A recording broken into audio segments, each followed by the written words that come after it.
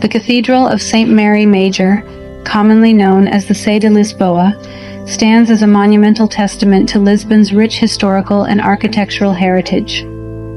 Established in 1147, shortly after the Christian forces reclaimed Lisbon from the Moors, this cathedral is not only the oldest church in Lisbon, but also the seat of the Patriarchate of Lisbon. Perched on a hill in the Alfama district, the cathedral offers breathtaking views of the city and the Tagus River, blending spiritual significance with architectural grandeur and historical depth.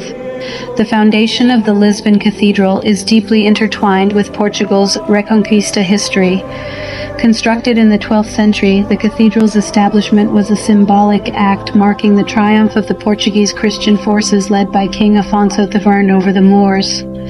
Originally built as a Romanesque fortress-like structure, the cathedral has witnessed numerous modifications over the centuries, reflecting the city's tumultuous history. Among these changes, the most notable is the reconstruction following the devastating earthquake of 1755, which necessitated substantial rebuilding efforts. The architecture of the Sé de Lisboa is a confluence of Romanesque, Gothic, and Baroque elements, each layer narrating a different epoch of the cathedral's extensive past. The original Romanesque design, characterized by its robust and austere structure, is still evident in the cathedral's massive twin towers and the iconic rose window above the main portal. These elements underscore the defensive purpose of the original structure. The interior of the cathedral unfolds a tapestry of historical art and architecture. The Gothic influences are particularly visible in the ambulatory and the chancel, areas that were added during the 13th century. The nave, with its high ceilings and pointed arches, exemplifies the Gothic pursuit of verticality and light.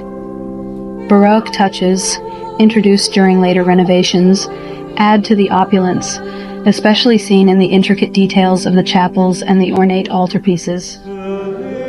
Among the interior highlights is the impressive baptismal font, where St. Anthony of Padua was baptized, marking the cathedral as a site of significant religious heritage.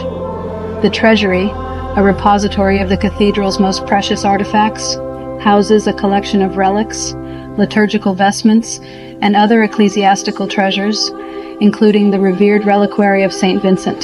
The Sé de Lisboa is closely associated with several saints, most notably St. Anthony of Padua and St. Vincent of Saragossa, whose stories are deeply woven into the fabric of the cathedral's history. St. Anthony, one of Lisbon's most beloved saints, is intimately connected with the cathedral. He was baptized here, received his early education, and joined the choir. A notable legend tells of St. Anthony repelling the devil by inscribing a cross on the wall of the staircase leading to the high choir, a site that remains a point of pilgrimage and reverence within the cathedral. St. Vincent of Saragossa, another key figure associated with the Sé de Lisboa, was a 3rd century martyr whose relics are among the cathedral's most treasured possessions. St. Vincent of Saragossa, a prominent early Christian martyr, holds a significant place in the religious and cultural history of Lisbon. Born in Saragossa, Spain, Vincent's life and death became emblematic of steadfast faith and miraculous events. Captured by the Romans and taken to Valencia, he endured severe torture before his martyrdom. His legend is marked by extraordinary occurrences, such as birds protecting his remains, which contributed to his veneration and eventual association with Lisbon. Vincent's ordeal began when he was captured by Roman authorities due to his refusal to renounce Christianity. He was subjected to brutal torture in Valencia, Spain, during the early 4th century under the reign of Emperor Diocletian, a period notorious for its severe persecution of Christians. Historical accounts describe Vincent's tortures, including prolonged sleep deprivation and the disjointing of his limbs. After enduring such cruelty, his body was discarded to be devoured by wild animals, a common fate intended to further disgrace Christian martyrs. However, Vincent's story took a miraculous turn. According to legend, crows, which are typically scavengers, refused to consume his body.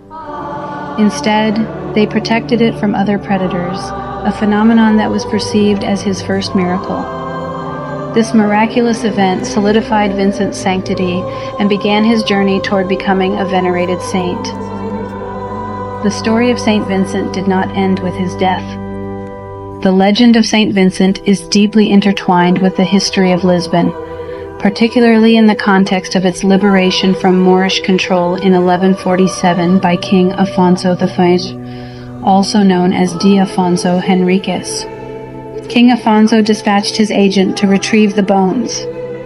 The discovery of the relics was marked by the continued presence of the crows, which had vigilantly protected the saint's remains.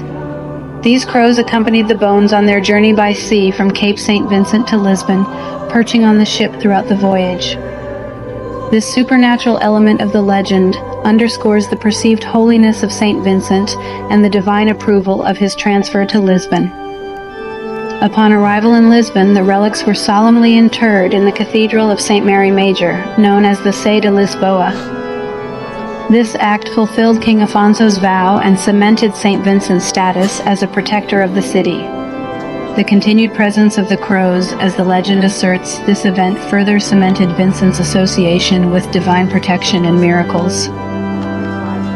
The arrival of St. Vincent's relics in Lisbon had a profound impact on the city. He was soon adopted as the city's patron saint, a role he maintained until 1981. The imagery of the boat flanked by crows became a powerful symbol for Lisbon, immortalized in the city's flag and the emblem of the city hall. This symbol reflects both the city's reverence for St. Vincent and its maritime heritage.